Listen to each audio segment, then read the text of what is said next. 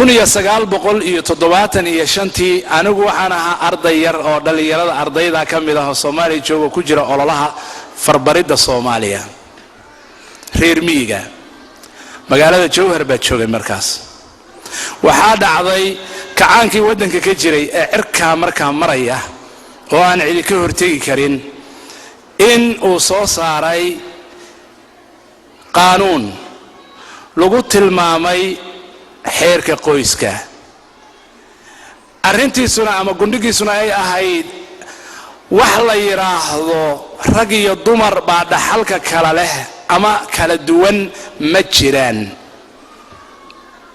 waxa la yiri oo dawladda ay soo saartay in rag iyo dumarku u siman yihiin dhaxalaha dhaxalka ma jiro baa la yiri thuluth iyo rubuc iyo sudus iyadoo lagu istihzoonayo aayadihii quraanka ilaahay subhanahu wa ta'ala quraan kariimka uu ku sheegay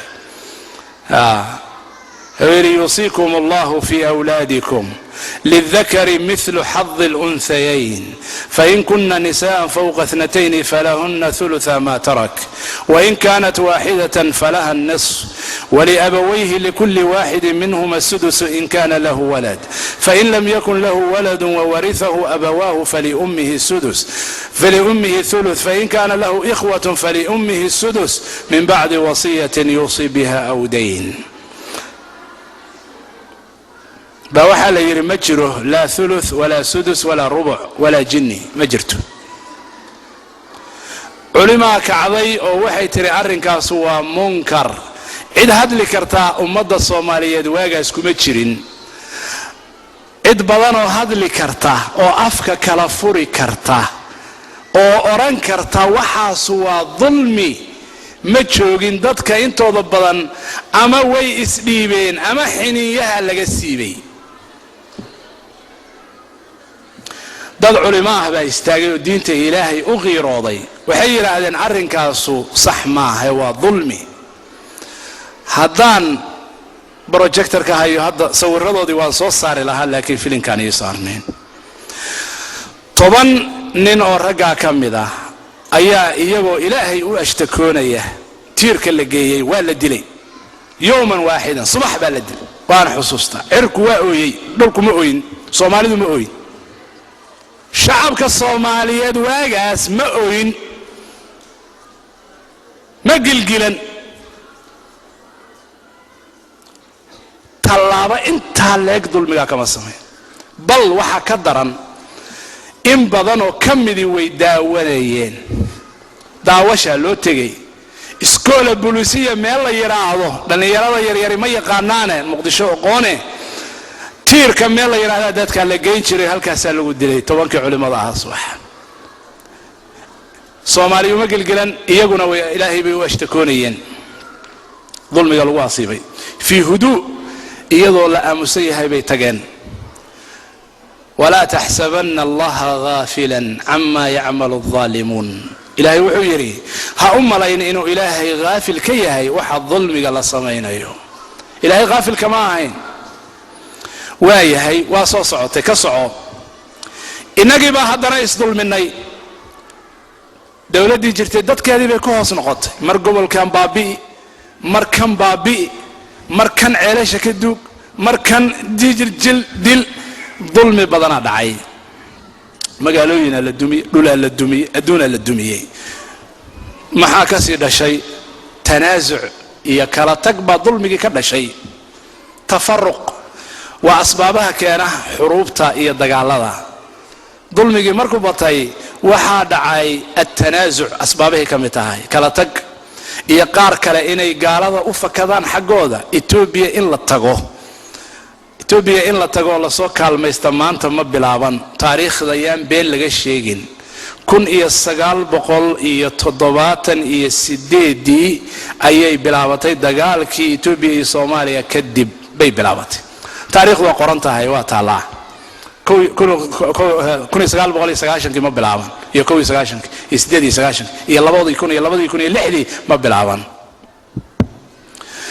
سوماليين قالوا سؤالك ستي بلوضي تنازع داعي waxa bilowday casabiya qabaliya reer in loo kala baxo hadana waa asbaabaha keena burburka bay ka mid tahay. waxaa ka mid a ammaanadu inay lunto idaacatu alamaana. nebigu calayhi salaam wuxuu yidhi idaa dayicat alamanatu fantadir saaca, saacaddii sug. ammaanadu maxaa ka mid a inay lunto? kii wax loo dhiibaa inuu lunsado, kii wasiir laga dhigaa inuu lunsado. ilaahay subxaanahu wa tacaala dowladda ammaanada leh oo aan dulmiga lahayn, hadday gaalo tahay bay yidhaahdeen culimmadu, ilaahay wuu baaqi yeelaa. hadday muslim yihiin oo ay dulmi sameeyaan, ammaano xumo sameeyaanna waa la baabi'iyaa bay yidhaahdeen culimmada islaamku.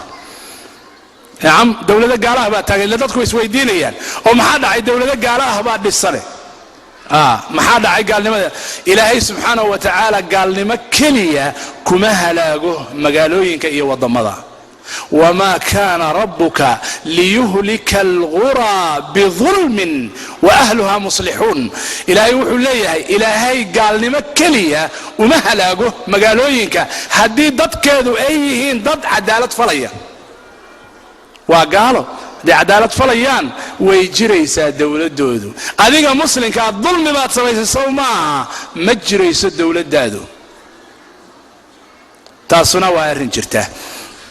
waxaa dhacay tanaafus cala dunya. waxaan u imanayaa marka asbaabta khaarijiga ahaan u imanaya. maxaa ka dhashay taas? tii gudaha ahayd waxaa ka dhashay marka alasbaab alkhaarijiya. dowladihii dibadda ahaa kow inay oo cadowga ku ahaa ku dareeyaan marka, oo ay ku damcaan. ila cadowga ku darsaa alcadaa diini wasiyaasi, ama diin ahaan ha kula cadow ahaadaan, ama siyaasad ahaan cadow ha kula ahaadaane inay ku damcaan, inay ku soo farageliyaan. goormay bilaabatay? markaad dulmiga samaysay oo ammaano xumo noqotay oo macaasi samaysay oo rabbigaagii caasiday oo iskhilaaftay oo qabiil u kala jajabtay oo ammaanadii aad dayacday oo adduunyo ku jeensatay, diintii ilowday, ayaa marka cadowgii yimi inuu ku damco. innaga oo intaasoo dhammi ay dhacaysay, cadowgu inama soo damcin. sow ma ogidiin? cadowgu inama soo damcin. soomaaliya etoobiya ma soo geli kartay 1975kii? ma ku dhicin. 76kii ma ku dhacday? maya, kuma dhicin. 80kii ma ku dhacday? kuma dhicin. goormay bilaabatay? markaynu inagu iskhilaafnay oo qaarkeen u tegey oo yidhi kaalay garab isii, dowladda soomaaliya raba inaan burburiye, qaranka soomaaliya raba inaan burburiye, xaqaygii baan raadsanayahay. markaas buu cadowga dibadda ay soo galay. waxba yaan lagu marmarsiiyoon marka cadowga dibadda kan gudahaba ka horeeya oo dhibaatada. marka dibadda waxay ku timi cadaa siyaasiya ama siyaasad, cadaawad ha u ahaadaan ama diin. arrinka labaad ay u yimaadeen waxa weeye siraaca adduunka ka dhaxeeya. waxaa laga yaabaa innaga inaynu daxiyo u nahay oo u dhimanayno mararka qaarkood dowlado herdamaya baynu daxiyo u noqonayna. waxaa kaloo ka mid ah sarwadeenna oo la damco. sarwadeenna, xoolaha iyo adduunka iyo nicmada iyo khayraadka ilaahayna siiyey oo aan garan weynay inaan tartiib u cunno oo aan si nabada u cunno, aan garan weynay. markaan garan weynay baa lagu soo fasaxay cadowga dibadda ahaa. walaalayaal, dadka soomaaliyeed tusaalaan idin siinayaa. dowladda la yidhaahdo maleeshiya waa dal muslin ah oo markaynu inagu xorriyadda qaatay waxay ka mid ahayd dowladaha adduunka ugu faqiirsan. wuxuu yidhi nin nobel ku qaatay arrimaha siyaasiga ah oo gaala ka qoray, wuxuu yidhi waxay la mid ahayd honduras iyo haiti bay ka hoosaysay maleeshiya 50 sano ka hor, xornimada markay qaadanaysay. waxay ka hoosaysay Ghana oo Africa, West Africa ku taala. maanta dakhligeedu wuxuu ka sarreeyaa 7 jeer marka lagu soo laabo dowladaha aan sheegayno oo la isku daray. sababtuna waxay ku timi markay iyagu dalkooda u tashadeen, qiyaado wanaagsanna heleen. kow, waxaa asbaabaha maadiga oo la taaban karo ka mid ah ilaa iyo waqtigii istiqlaalka dadkooda inay fakhriga ka saaraan oo khayraadka ilaahay siiye cunaan oo dhulkooda ka shaqaystaan. job creation waxa la yiraahdo inay sameeyaan shaqo abuur dadka loo abuuro. waxay leeyihiin 7 milyan iyo 4 shaqo ayaa la abuuray. marka dadkeeda iyada loo fiiriyo waxay la mid tahay iyada oo Mareykanka laga sameeyay 105 milyan oo job laga sameeyay bay ka mid tahay. Mareykanka qof aan shaqeynay ma joogi lahaa haddii la yiraahdo maanta iyadoo unemployment laga qaylinayo 105 milyan oo job baa la create gareeyay. marka ay dawladdu ugu badan tahay waxay tiraahdaa 2 milyan oo shaqo waana soo abuurnay bay ugu badan tahay. waa najaxnay 105 milyan bay u dhigantaa oo Mareykan shaqo laga sameeyay. Malaysia inagu Malaysia waxaan sarwada aan haysano waxay ku soo laabantaa 10 jeer bay ku soo laabantaa 10 jeer bay ku soo laabantaa. Soomaalida maanta wada qaxootiga ah ee gaajada u wada dhimanaysa walaalayaal.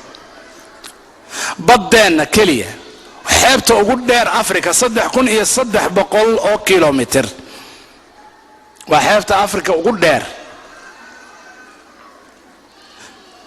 kaliya haddaynu ka shaqeyno kaliya ayaa khayraadka Ilaahay siiyay ugu filan.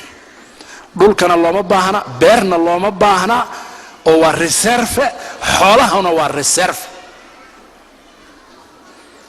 United Nations hadda waxay leedahay waxa ka shaqeysta ilaa 1990kii waxa ka shaqeysa burcad badeed maaha kuwan masaakiinta ee Soomaalida ee meelaha lagu sheegay kuwaas waa burcad badeed yar waaye. burcad badeed waaweyn waxa weeye maraakiibta sharci darrada kaga shaqeysata xeebaha Soomaaliya ilaa 1990kii markii dawladeedu dhacday 750 according to the United Nations statistics.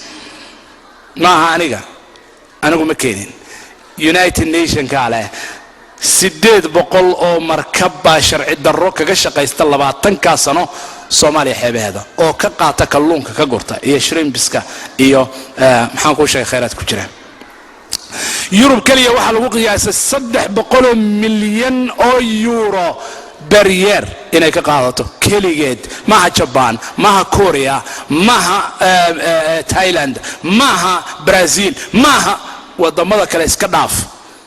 only EU oo dhahda deeq baanu siinaa Soomaaliya oo lagu adoonsado waxa meelaha taagtaagan ee shaqaalaha ah ee Nairobi iyo Muqdisho iyo fadhiya lagu adoonsado oo $500 baan ku siinaa bishii soo istaag halka stand up here la yiraahdo 300 milyan cash bay EU ka qaadataa ma soo celisaa 300 milyan maya ka soco. khayraadkii marka anaga cuni weynay dadkan khayraadkooda cunay ee nabadda u cunay Malaysia kuma noola shacab kaliya oo waaxida walaalayaal. waxa weeye waa muslimiin, waa Chinese, waa Indians, waa 3 diimood, waa Muslim, waa Buudhiyiin, waa Hindus, all together waa la cunayaa nicmadana waa la haystaa. waxaanu imanayaa maxaa ka dhalanaya dhibaatooyinka iyo thawraadka hadda socda. dadka qaar baa aad ugu faraxsan dhulka muslimiinta inay thawraad ka socdaan, laakiin waa nadra gaaban wey, nadra aad u gaaban, short sight wey, very short sight. dadka muslimiinta ah saan sheegnay Ilaahay subxaanahu wa ta'ala wuxuu ka nahiyay tafarruq iyo khilaaf. wax ka daran ma jiraan bacda shirkiga kadib kala tag iyo isdagaal ummad meel degan ay samayso wax ka darani ma jiraan بعد الشرك. ولا تكونوا من المشركين. مشركين عن قلنا معاكم حاجه من الذين فرقوا دينهم وكانوا شيعا. تفرقوا حاجه إلهي وحو كان الشرك كذب تفرق يا كلا تقى انه يهي مشكله ugu weyn oo Ilaahay dadkana yinay. وهكذا لا الصعدة تفرقة وإن ليسدلا مرهدي لا يسخلافه وإن ليسدلا حبض ليس قاطع ديقو ضاطع إلهينا ديق وحو كحجيي ديق إنه حق درمش أو قضاطه وحو كحجيي شركك أيضنا. والذين لا يدعون مع الله إلها آخر ولا يقتلون النفس التي حرم الله إلا بالحق